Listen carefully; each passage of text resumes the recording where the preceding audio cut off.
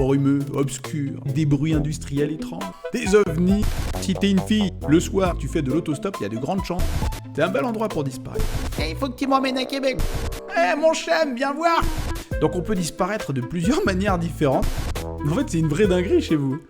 Bonjour et bienvenue, je suis Monsieur Extroyable. Vous êtes adepte de frissons, d'histoires mystérieuses, d'énigmes, vous avez envie simplement de passer un bon moment, vous êtes sur la bonne chaîne. C'est des forêts qui font disparaître des chasseurs, des randonneurs sur la route 175, idéal pour faire disparaître les autostoppeurs, des bruits étranges, un déluge en 1996, plusieurs témoignages d'apparitions d'OVNI. J'ai décidé de continuer mon exploration du territoire québécois et aujourd'hui, nous nous rendons à Saguenay.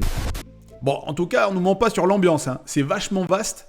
La forêt, on peut s'y perdre facilement. Tant qu'il y a une route, ça va, mais j'imagine que dans la forêt, s'il n'y a plus de balisage, mon pote, tu vas te retrouver à disparaître rapidement. Vous avez une pureté de nature, c'est génialissime. Ça doit être assez sympa finalement de disparaître dans un coin comme ça. Ah, ce petit, il a peut-être disparu. Qu'est-ce que c'est? Il y a une espèce de bestiole là. Ah, bah des photos quand il neige. C'est aussi sympa. Vous avez vachement de climat là-bas finalement. Vous avez la pluie, vous avez la neige, vous avez le soleil.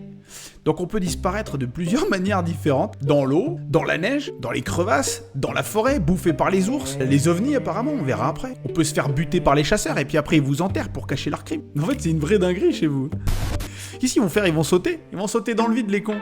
Ils ont cru qu'ils avaient des parachutes. Ah, il est même pas attaché, il va sauter avec son parachute, il est même pas attaché, con. Ah, j'ai trouvé un ovni.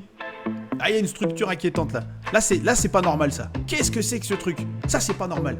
Ah mais non, t'es con quoi, c'est la structure pour l'escalade, déjà ils vont pas faire du best jumping. Waouh, c'est époustouflant. Ah, c'est vraiment une très jolie vue. C'est un bel endroit pour disparaître. Tu pousses quelqu'un, t'as pas fait exprès, il a glissé le con. Ah putain, t'y vas avec la belle-mère ou la mamie, ça dépend. Si elle t'a pas fait le chèque à Noël. Donc dans ce parc national, vous l'avez compris, si vous n'êtes pas bien équipé, vous allez pouvoir facilement disparaître. Pas forcément parce qu'il est dangereux, mais parce que vous êtes vite perdu si vous n'avez pas de repères, et surtout, il y a des sentiers qui sont hors réseau. Donc il faut rester vigilant et bien sûr se préparer et prévenir ses amis ou sa famille de là où on se rend, si jamais on doit aller faire un tour. Parce que chaque année, des randonneurs se perdent et certains doivent bien avoir les chocottes s'ils passent la nuit dans la forêt. Et tant que vous avez encore du réseau, n'hésitez pas à vous abonner et à me mettre en commentaire le nom de votre ville et ses mystères. On va essayer de trouver le barrage. Attendez, il y a un méga bus là-bas. Ah non, c'est un méga camping-car. Il y a quelqu'un qui me regarde là-dedans. On dirait qu'il y a un visage. Ah, c'est fait peur. Il s'en fout de payer le carburant, lui, je vous le dis. Ah, une bagnole sympa. Ça doit rouler, ça, quand même, non? Je sais pas combien on prend avec ça. 130, 140? Non, ça va à 250, putain. Non, ça va 130. Tu sens que ça, c'est le voisin, c'est Flanders, tu vois. Il te dit, salut voisin, comment ça va? Tu veux que je te ramène du pain aujourd'hui? Y'a rien, qu'est-ce qu'ils font là-dedans? Qu'est-ce qu'ils font? Rio Tinto. Station pompage Pont Arnaud. Ah, mais c'est pour le barrage. Ah, je suis con, je cherche le barrage. Et c'est la zone de pompage pour le barrage à tous les coups. Ouais, donc c'est vraiment un méga gros barrage. Ouais, on voit le barrage là. C'est vraiment... Qu'est-ce qu'ils foutent là? Pourquoi il y a des espèces de bâches ici? On dirait qu'il y a une maladie. Ah, c'est l'antavirus, bordel, il vient de là. Figurez-vous que des gens expliquent entendre, non loin de ces zones-là, des bruits très étranges, des gros bruits quoi, pour que ça porte vraiment le son sur toute la zone, c'est que c'est vraiment des bruits qui sont censés être gros, comme s'il y avait des grosses grues immenses qui bougeaient, qui grinçaient, vous voyez, ce genre de choses, et il n'y a rien. Il n'y a que ce barrage, c'est de la flotte qui coule, et pas censé faire ce bruit-là, donc c'est inexplicable, on ne sait pas d'où ça vient.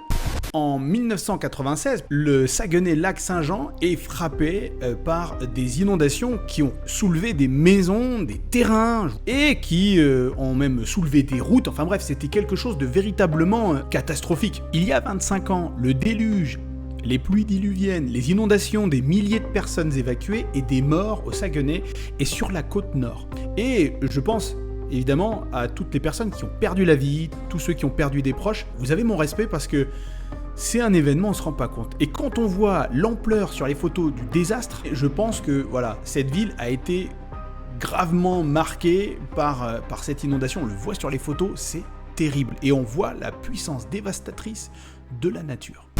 Si vous aussi, vous vivez dans une ville qui est marquée par des histoires, n'hésitez pas à marquer le nom de votre ville en commentaire. Waouh, moi j'aime bien l'architecture, là, c'est joli. Et la photo, elle en jette, regardez-moi ça. Elle a été prise au bon moment, avec un peu de nuages, un beau ciel bleu, le soleil.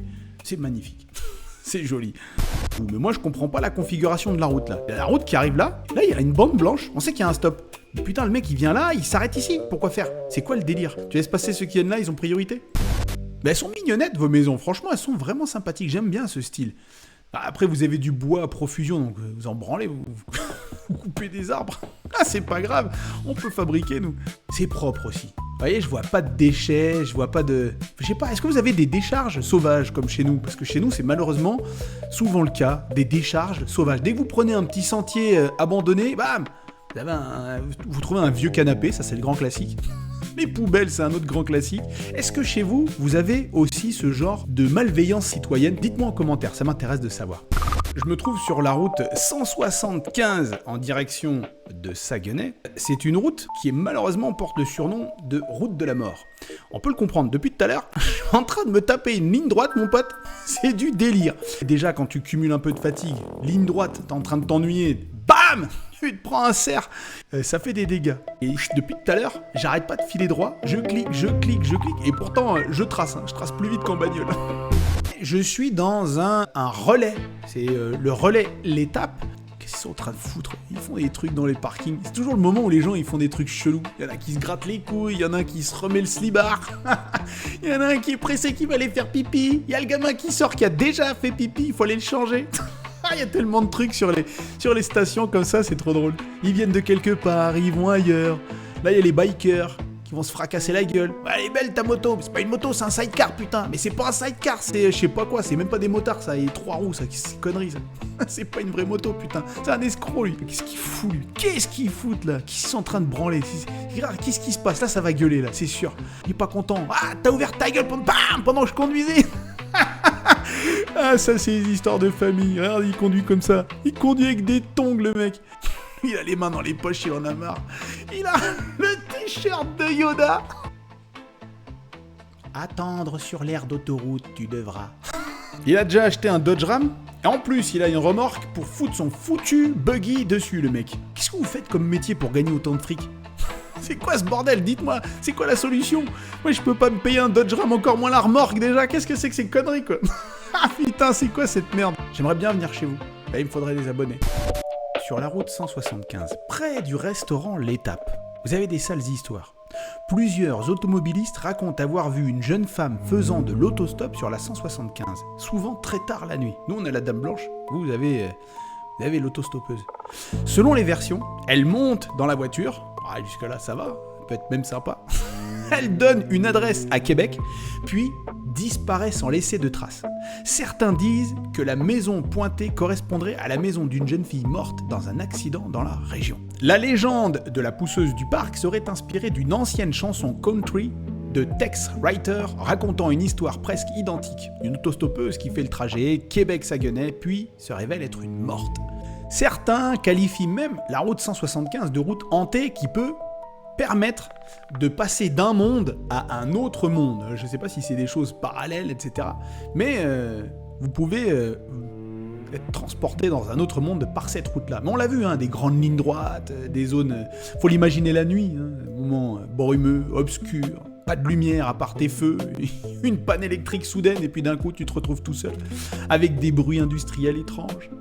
Des ovnis, tout un tas de bordel qui viennent et puis t'as pas de chance quoi. Et l'autostoppeuse qui est là, qui vient de casser les couilles. Il faut que tu m'emmènes à Québec. Mais ferme ta gueule putain, tu vois pas que je suis dans la merde. Donc en gros, si t'es une fille, le soir, sur la 175, que t'es dans la merde et que tu fais de l'autostop, il y a de grandes chances que personne s'arrête pour te prendre en stop. Vous êtes encore en train de regarder ma vidéo et je vous en remercie. C'est le moment de liker, de vous abonner, mais également de commenter le nom de votre ville et des mystères qui l'entourent. Je suis en train de longer la baie des Haha. C'est une baie rigolote. Je sais pas pourquoi elle s'appelle comme ça. Et pourtant, pour l'instant, elle a rien de drôle. Ils ont dû entendre l'autostoppeuse, la pousseuse rigoler. Avant de te pousser. Ah, la pousseuse, c'est parce que vous mettez le pouce, putain, vous appelez la pousseuse parce qu'elle donne le pouce, je viens de comprendre. Résidence privée pour aînés. C'est joli. Non, on dit senior, tu vois, c'est la fin, quoi, on t'a poussé. La pousseuse, elle t'a poussé, mon pote. Vous, c'est joli. Résidence privée pour aînés, bienvenue. Ah, la police est là. Putain, c'est comme dans GTA. Ils sont là avec leur petit radar, ils attendent qu'il y ait un mec qui passe trop vite et après ils vont te suivre avec leur gyro. Arrêtez-vous! Mais je suis un aîné, putain, je suis à la résidence Cristal, laissez-moi tranquille. Allez, ça va, allez-y. La baie est aussi synonyme d'apparition d'ovnis le soir sur Saguenay. Observation lumineux non identifiée, observation en plein jour, ciel dégagé, plusieurs ovnis en mouvement et stationnaires au Saguenay, un tic-tac dans le ciel, un ovni. Ma femme l'a photographié juste avant de disparaître, il est passé de gris à fantomatique comme sur l'image, aucun nuage dans le ciel, bizarre. Effectivement, on voit sur l'image un point blanc. Ça dit pas grand chose, ça peut être n'importe quoi. Mais si c'est ce qu'il a vu, c'est ce qu'il a vu. Et il y a énormément de témoignages d'apparitions qui concernent Saguenay. Vous avez des territoires qui visiblement couvrent des phénomènes. C'est plus que évident, il y a des phénomènes. Et il faut effectivement creuser, être curieux, rester curieux. Je me suis même rendu sur le site officiel du Garpan du Canada, un témoignage du 11 avril 2015, et elle a appelé son chum. Vous avez des expressions, moi ça me fait rigoler. J'ai même crié à mon chum qui était dans la maison de venir voir. Eh mon chum, viens voir. Ah, c'est une ville sympa, Saguenay. Je vois que c'est vachement propre. Vos villes sont propres. C'est la deuxième ville que je fais au Québec. Non, franchement, vous avez des belles villes. Putain, on arrive dans les vieux quartiers là. J'aime bien y faire un tour dans les vieux quartiers. Parce que ça, c'est le reflet de la vraie vie. Regarde-le lui. Regarde-le ça. Tu vois son camion là? Il raconte des trucs son camion. On voit que ça c'est le mec, il a pas le temps. Il travaille, il met son ticket, il dit je ferai ça plus tard. Et il a jamais le temps. La preuve, il y a qu'à voir son pare-brise. Plein de merde. Il travaille dur lui. Il travaille tous les jours. D'ailleurs, il est même pas garé correctement, il a pas le temps, il est prêt à partir. Il sait pas s'il arrive, il décharge, il a pas le temps. Il travaille dur. Ça c'est le mec qui bosse, tu vois. Alors son camion, il est plein de bordel, plein de machin, mais c'est le mec qui te fait les meilleurs travaux. C'est l'électricien que t'appelles que tu veux avoir, tu vois. Il fait peur ce bâtiment, je sais pas ce qu'il s'y trame là-dedans, mais Eddie Fisté, hein. Je sais pas ce qu'il fait Eddie, mais... Ouais, Eddie, il est pas sympa. Ouais, vivre, travailler, investir ici. Elle a jamais rien foutu de sa vie, elle va te faire une pancarte, vivre et travailler ici. Va bosser pour de vrai, va couper du bois comme les bûcherons, tu vois. Va voir l'électricien qui se balade et qui a pas le temps de se stationner. Va le voir lui, il travaille, lui, passe une journée avec lui déjà, fais ce qu'il fait. Sorrento Pizzeria. Bah je sais pas, votre pizzeria me donne envie. On va rentrer dans votre pizzeria. On est carrément dans les cuisines. Alors attendez, hop, je vais là. Il fait un peu vieillot, mais convivial. C'est chaleureux parce que ce sont des couleurs chaudes. Donc moi je me vois bien ici bouffer une pizza. Bon ben Sorrento Pizzeria, je vous ai identifié dans ma vidéo. J'espère que vous m'envoyez une pizza. Ah je veux bien, j'ai faim. Mais j'aime bien, en fait je visite que des villes sympathiques. Depuis que j'ai commencé à foutre les pieds chez vous, si vous me dites en commentaire le nom de votre ville et que c'est une ville en Belgique, je peux aussi aller faire un tour en Belgique, j'y vais parfois, c'est sympa. Il faudrait me donner des noms de villes que je puisse visiter, qui puissent aussi alimenter le mystère, les énigmes, parce que ça c'est ce qui est intéressant autour des villes. Regardez-moi ça, on dirait qu'on est en train de rentrer dans un parc d'attractions, là, un peu Disney, c'est vachement joli. Ça ferait une belle carte postale. Vous voyez, une belle photo comme ça, c'est joli. C'est vraiment sympa. Et restez bien connectés et surtout, restez bien extroyables.